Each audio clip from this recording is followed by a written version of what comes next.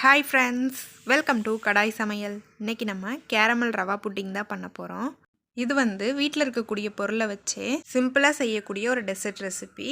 வாங்க அதை எப்படி செய்கிறதுன்னு பார்க்கலாம். அதுக்கு முன்னாடி நம்ம சேனலை ஃபர்ஸ்ட் டைம் பார்க்குறோங்க, மறந்துடாமல் சப்ஸ்கிரைப் பண்ணிக்கோங்க. அண்ட் கூடவே உள்ள பெல் சிம்பலையும் கிளிக் பண்ணிக்கோங்க. கேரமல் புட்டிங் செய்கிறதுக்கு தேவையான பொருட்கள் பார்த்துடலாம்.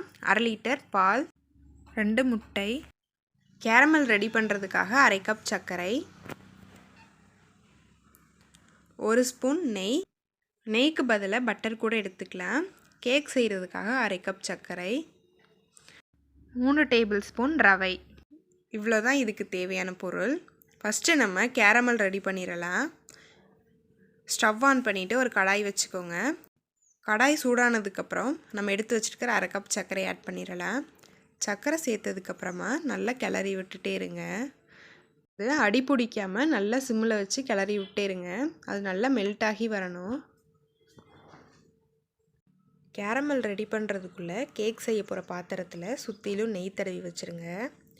சர்க்கரை நல்லா மெல்ட் ஆகிருச்சு. இதில் கொஞ்சமாக தண்ணி ஊற்றிடலாம்.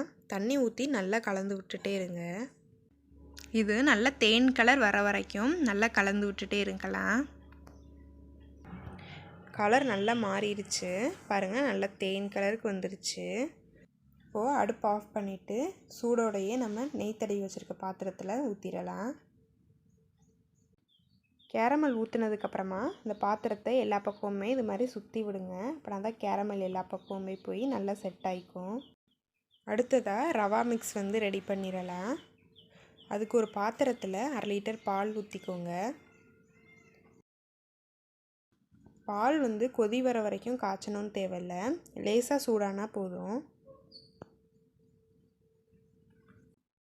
பால் நல்லா சூடாயிடுச்சு. இதில் நம்ம 3 டேபிள் ஸ்பூன் ரவை ஆட் பண்ணிடலாம்.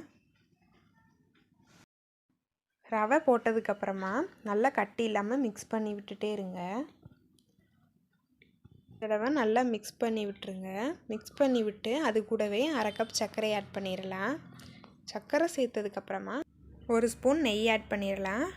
நெய் சேர்த்ததுக்கப்புறமா நல்லா கட்டி இல்லாமல் கலந்து விட்டுட்டே இருங்க.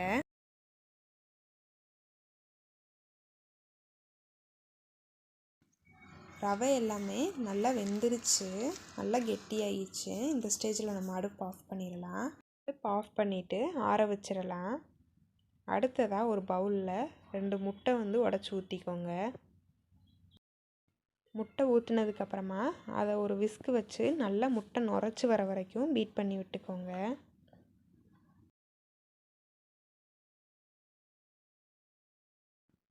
நல்லா பீட் பண்ணியாச்சு பாருங்கள், முட்டையும் நல்லா நுரைச்சி வந்திருக்கு. இப்போது இது கூட நம்ம ஆற வச்சுருந்த ரவா மிக்ஸையும் கொஞ்சம் கொஞ்சமாக முட்டையில் ஊற்றி மிக்ஸ் பண்ணிடலாம். இந்த மாதிரி கொஞ்சம் கொஞ்சமாக ஊற்றி நல்லா கட்டி இல்லாமல் மிக்ஸ் பண்ணிக்கோங்க. இதே மாதிரியே கொஞ்சம் கொஞ்சமாக இருக்க எல்லா மாவையும் ஊற்றி மிக்ஸ் பண்ணிடலாம்.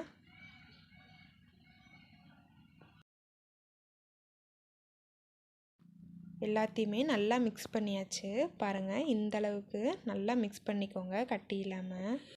அடுத்ததாக கேரமல் ஊற்றி வச்சுருக்க பாத்திரத்தில் நம்ம அந்த ரவா மிக்ஸை ஊற்றிடலாம்.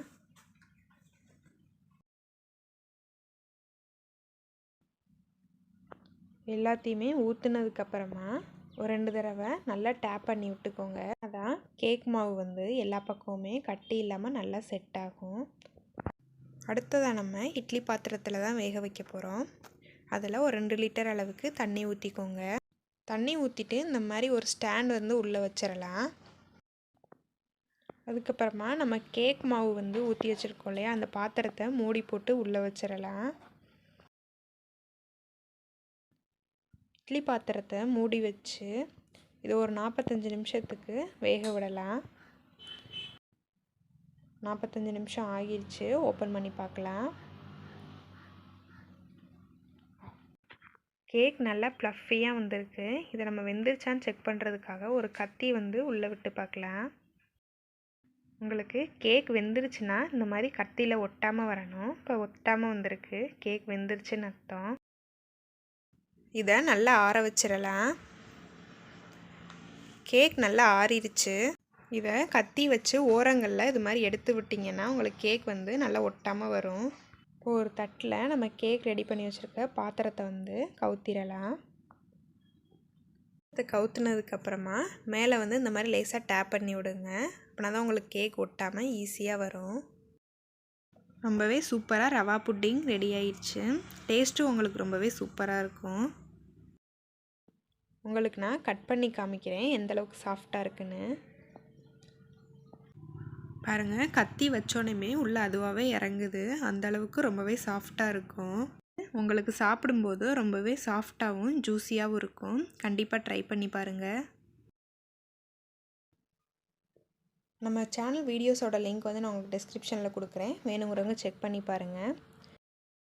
இந்த வீடியோ பிடிச்சிருக்கும்னு நினைக்கிறேன். பிடிச்சிருந்தால் லைக் பண்ணுங்கள், ஷேர் பண்ணுங்கள். மறந்துடாமல் நம்ம சேனலை சப்ஸ்கிரைப் பண்ணிக்கோங்க. அண்ட் கூடவே உள்ள பெல் சிம்பலையும் கிளிக் பண்ணிக்கோங்க. அப்படின்னா தான் நான் போகிற வீடியோஸ் எல்லாமே உங்களுக்கு நோட்டிஃபிகேஷனாக வரும். நீங்களும் வீடியோ மிஸ் பண்ணாமல் பார்த்துட்டே இருக்கலாம். தேங்க்ஸ் ஃபார் வாட்சிங்.